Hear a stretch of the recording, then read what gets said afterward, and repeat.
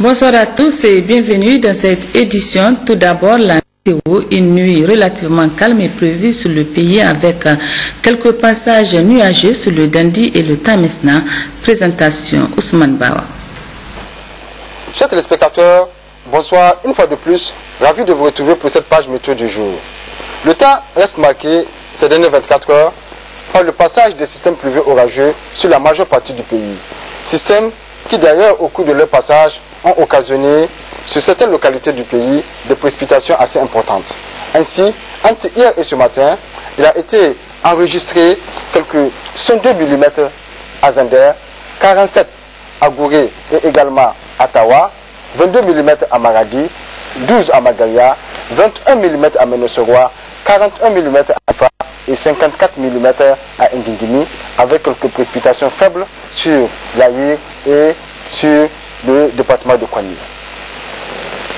Cet après-midi, il a été observé à travers l'image satellitaire de 18 heures locale la présence de quelques cellules orageuses sur l'Aïr et aussi sur le Diado. L'évolution de cette situation nous amène à prévoir en cours de nuit quelques passages nuageux sur le Dandi et aussi sur le Tamesna. Sur les autres localités, la nuit sera relativement calme. Pour la matinée de demain, c'est une bonne couverture nuageuse qui est attendue sur la partie ouest du pays. Ailleurs, le temps restera dégagé. Chers téléspectateurs, c'est l'essentiel de cette page météorologique. Au revoir et excellente soirée. Voilà, le président de la République, chef de l'État en vacances à Dendaji, a reçu ce matin le président du National Democratic Institute NDI, Kenneth Wolak. Le partenariat entre le NDI et le Niger au centre de cet entretien. Le président du NDI a sa sortie d'audience. Our organization has been working in Niger for Le NDI est une organisation amie du Niger depuis de longue date. Ça fait plus de 20 ans que l'Institut œuvre à côté des Nigériens pour consolider et renforcer la démocratie au Niger. Et nous avons donc demandé l'audience pour échanger avec le président de la République, surtout en cette période préélectorale, pour lui parler de nos programmes, des programmes d'appui à l'Assemblée nationale et des programmes que nous envisageons mettre en œuvre pour un soutien aux élections qui se préparent. À l'heure actuelle, nous avons des programmes dans 65 pays à travers le monde. Nous sommes représentés sur presque tous les continents et le Niger fait partie des pays auxquels nous sommes très attachés, et ce qui explique notre présence au Niger depuis de longues dates. Sur place à Niamey, le président de l'Assemblée nationale, Amadou Salifou, a reçu ce matin en audience l'ambassadeur de la République islamique d'Iran, Seyed Gholam Reza Meghoni. La coopération entre les parlements des deux pays était au centre de l'entretien.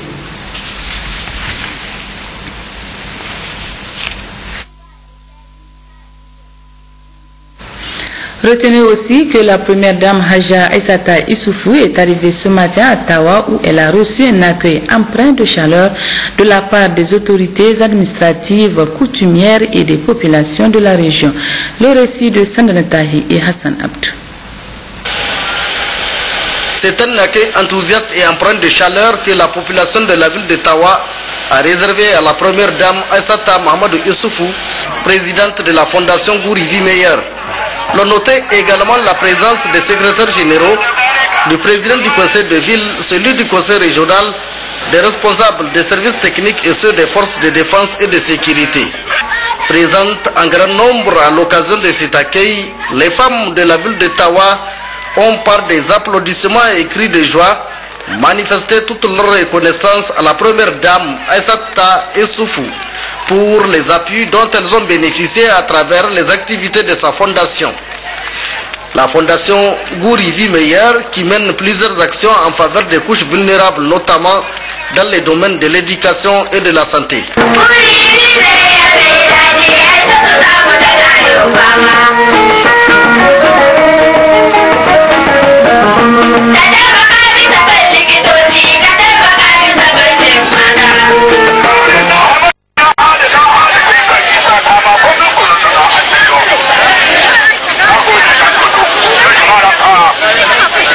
Après Après l'aéroport, direction Dandaji, où le président de la République, Issoufou Mahamadou, passe ses vacances.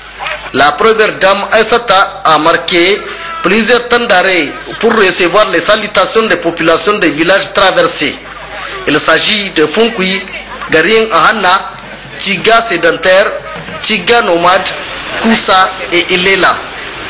Visiblement enthousiasmés aussi de recevoir la première dame, les populations de ces villages ont témoigné de toute leur reconnaissance quant aux actions du programme de renaissance et de la fondation Gourivi Meilleur qui ont significativement changé leurs conditions de vie. De retour de Dandaji, la première dame, Dr Malika Issoufou, présidente de la fondation Tatali Iali, a effectué une visite au district sanitaire de Lela. Objectif, s'inquiéter du fonctionnement de cette formation sanitaire. Nous y reviendrons au cours de nos prochaines éditions.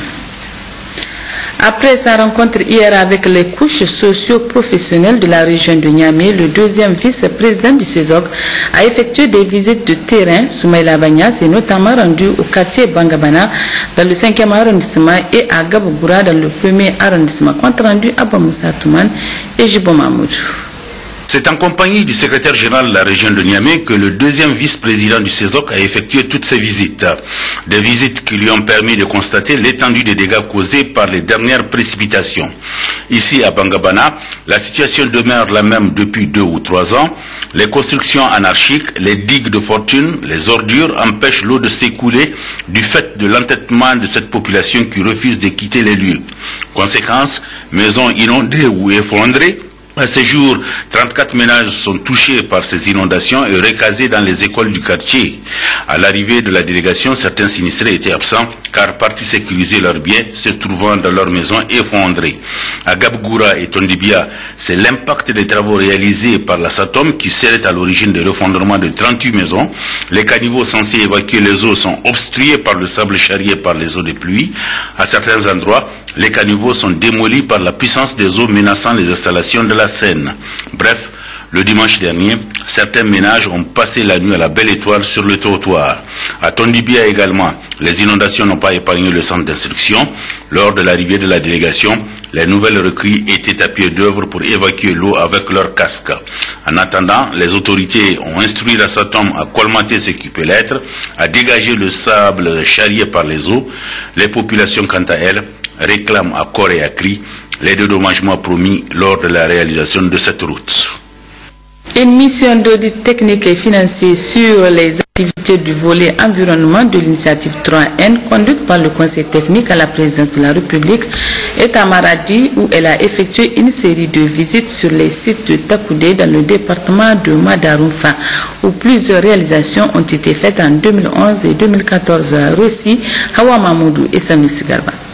La mission conduite par le conseiller technique à la présidence Dr Aboubakar Karim Manzou qu'accompagne pour la circonstance Eladji Sani Ibrahim, conseiller technique à la primature, le représentant du Haut Commissariat à l'initiative 3N Dr Bouraï Makarimoun et le directeur général adjoint de l'environnement Ibrou Adamou a pour objectif de contrôler l'exécution des réalisations effectuées sur la période 2011-2014, de constater, de viser l'impact des actions effectuées, d'apprécier les impacts socio-économiques et écologiques pour la restauration et le renforcement du capital productif de Takoudé dans le département de Madaroufa.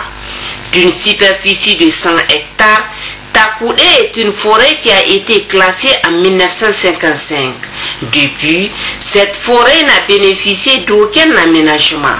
Selon le directeur départemental de l'environnement de Madaroufa, commandant Mamansani, 31 300 démilines ont été confectionnées. À cela s'ajoute l'ensemencement et la plantation des essences locales, dont 25 000 acacias Sénégal ou Tafsa et 6 300 acacias Nilotika, deux espèces à valeur alimentaire et fourragère pour une utilisation de 10 434 hommes-jours. Le montant total alloué à ces travaux est de 20 millions de francs CFA, financés sur fonds propres de l'État dans le cadre de l'initiative 3N volet environnement. C'est pourquoi les populations bénéficiaires ont fortement apprécié les résultats des travaux effectués, notamment la récupération des terres à des fins agro-silvopastorales, l'augmentation et la disponibilité en eau pour les plantes, la réduction des ruissellements des eaux pluviales et la maîtrise de l'érosion des sols, favorisant l'infiltration des eaux. Des impacts à tout point de vue positif du programme 3N du président de la République Mahamadou Issoufou. Muna godiya ga shugaban kasa saboda Muhammadu Issoufou ya yi nazari. Nijar da ake samun shugaban kasa musamman mai nazari ba kamar Muhammadu Issoufou. Muhammadu Issoufou shine ya tuna da talaka, ya duba ya ga da za a tsaro mashi wanda za a cin abinci. To wannan da Muhammadu Issoufou ya tsaro mun gode, talakawan ta kudi sun yi murna. Allah kara mashi girma, Allah taimaka. Shugaban kasa Ubangiji Allah shi kara mashi girma, Ubangiji Allah shi sa a ci gaba, Allah ba shi ci gaba. Ga haki wanda ake bada tsanwa ga ta tasa ba komai maga sai hako. Dama muna roƙon Ubangiji Allah ya kawo ci. À la fin des visites, le chef de mission Dr Aboubakar Karim Manzo a largement expliqué les tenants et les aboutissants de cette mission.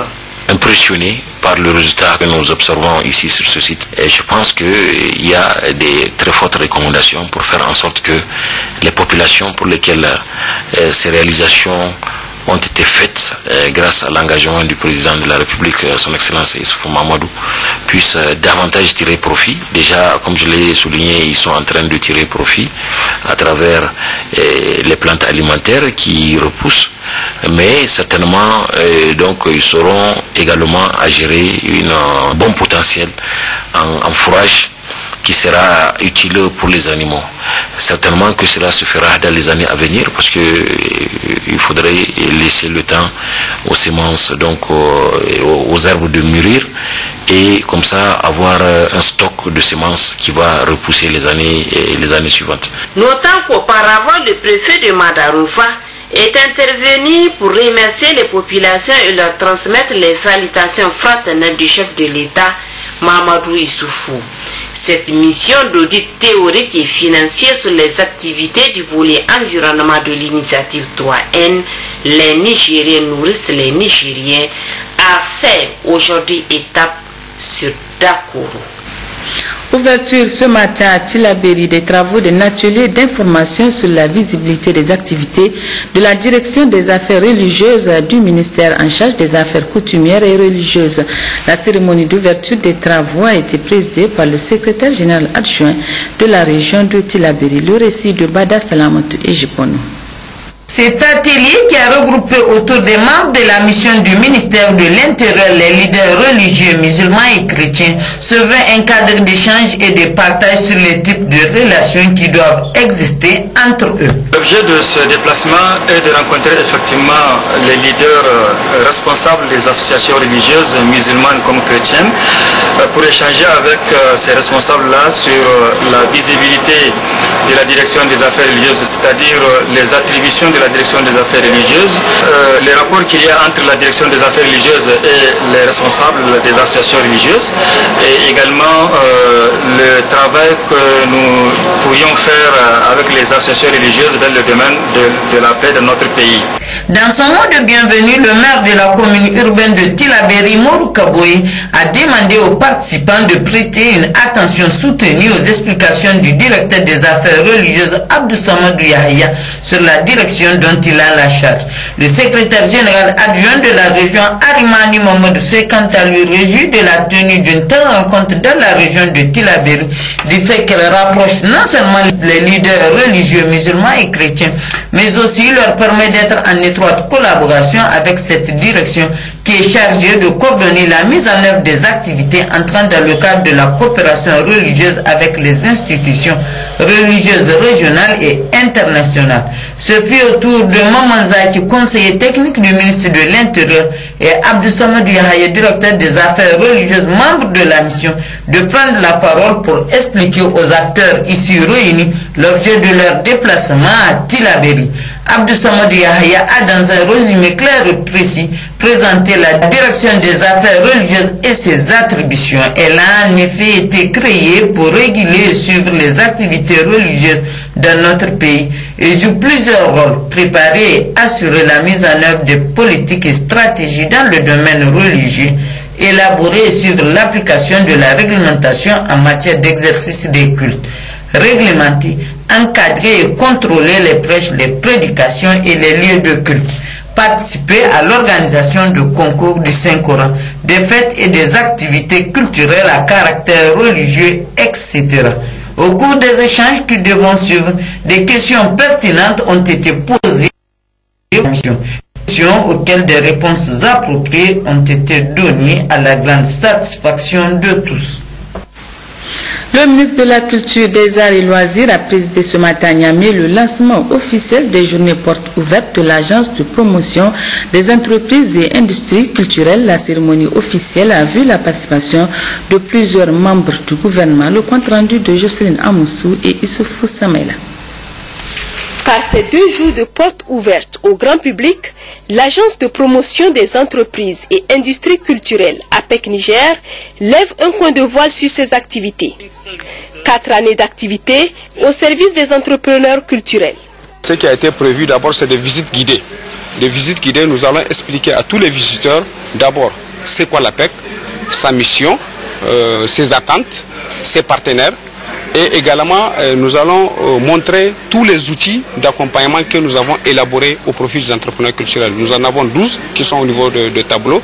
Il y a l'espace entrepreneur qui est juste derrière moi, donc qui est un espace dédié uniquement aux entrepreneurs culturels où ils peuvent travailler, télécharger, il y a une connexion haut débit, nous avons des ordinateurs, nous avons en tout cas tous les matériels pour leurs besoins.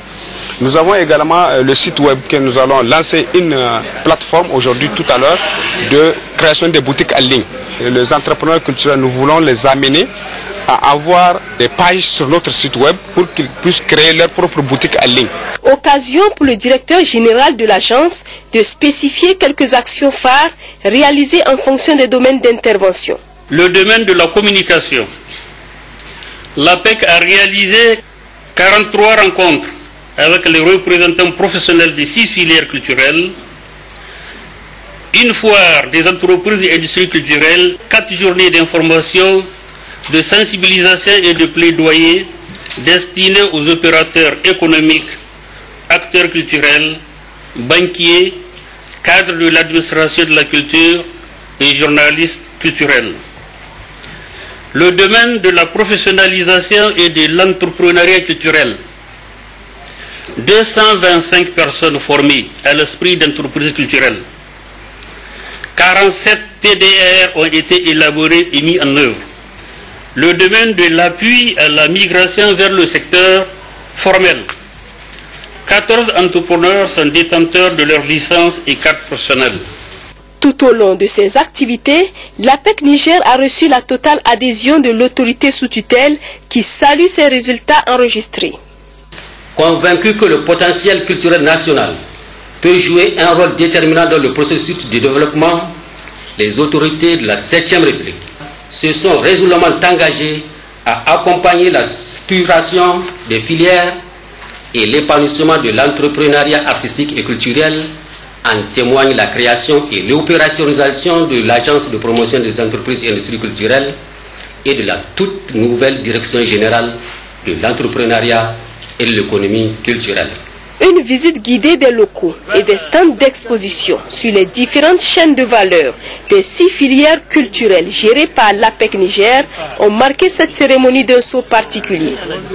L'agence a également profité de ce lancement officiel pour procéder à la remise des attestations de participation à 15 étudiants qu'elle a formés sur le module « Trouvez votre idée d'entreprise ».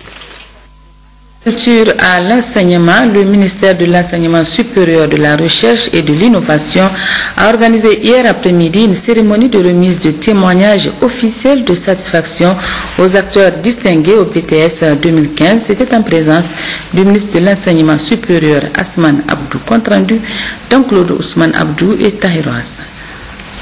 Cette cérémonie de remise de témoignages officiels de satisfaction organisée par le ministère de l'Enseignement supérieur, de la Recherche et de l'Innovation pour le personnel de l'Office national des examens et concours du supérieur ONEX, les établissements d'enseignement professionnel privés et les étudiants qui se sont distingués à travers leurs résultats est le fruit du travail bien fait et le mérite de la bonne organisation du BTS d'État session 2015. Cette année, au vu d'une année d'expérience, une seule année d'expérience, on a pu corriger le tir.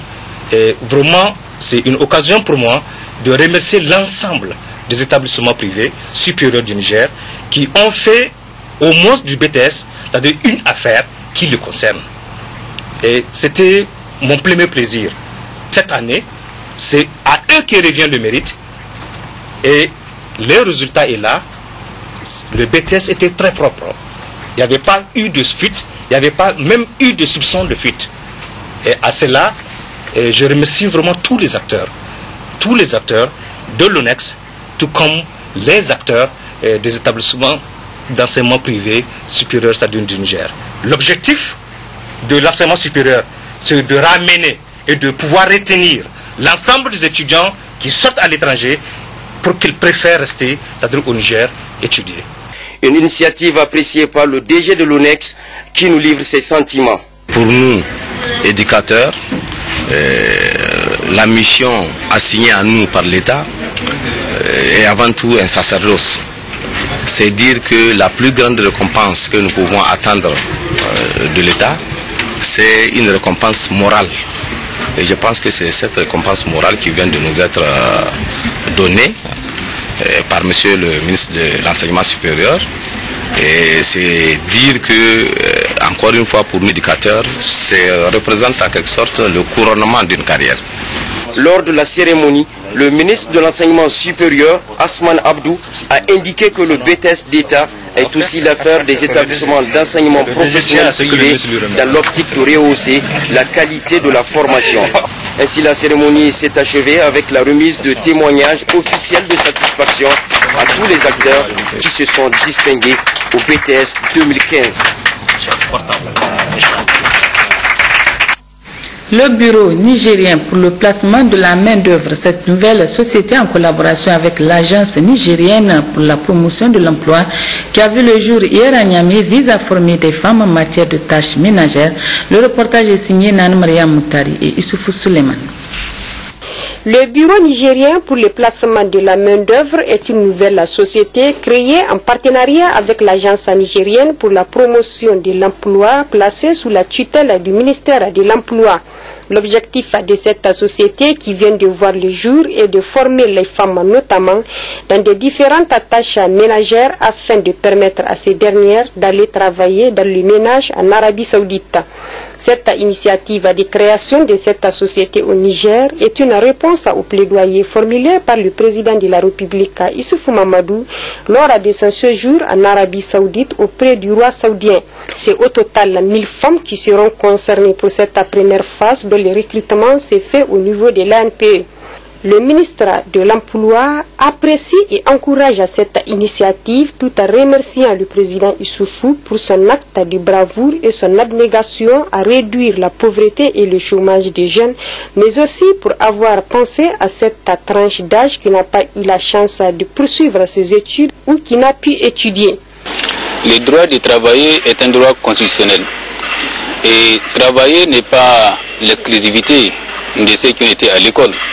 Il faut penser aussi à cette frange de la population qui, elle, n'a pas eu la chance d'aller à l'école, mais qui constitue aussi une force de travail, qui a besoin de vivre dignement. Et il n'y a pas 1000 manières de vivre dignement qui parlent du travail. Le travail, comme on dit, il est libérateur et c'est ça qui fait la dignité humaine. Et c'est pourquoi le président de la République avait pensé qu'il fait partie de son devoir de créer les conditions pour que les Nigériens, de quelque couche qu'ils soient, puissent avoir l'opportunité de travailler. C'est pourquoi lors de sa mission de travail en Arabie Saoudite le 10 mai dernier, et l'une des questions qui ont été discutées concerne évidemment le renforcement de la coopération dans le domaine du travail. C'est une porte qui est ouverte à l'ensemble, en tout cas des Nigériens qui souhaitent aller travailler en Arabie Saoudite pour aller le faire. Mais je rappelle que ce processus est encadré par les lois et règlements de la République. Cette initiative concerne toutes les femmes, y compris celles mariées, dont l'âge minimum est comprise entre 22 et 40 ans. La formation dure 1 à 2 semaines, le temps de finir la formation, remplir les formalités et obtenir les visas. Les femmes sélectionnées vont pour un séjour de 2 ans minimum avec un contrat de travail. Après les femmes des chambres, le bureau nigérien pour le placement de main-d'œuvre formera des chauffeurs, des agriculteurs, des bergers et des infirmières notamment.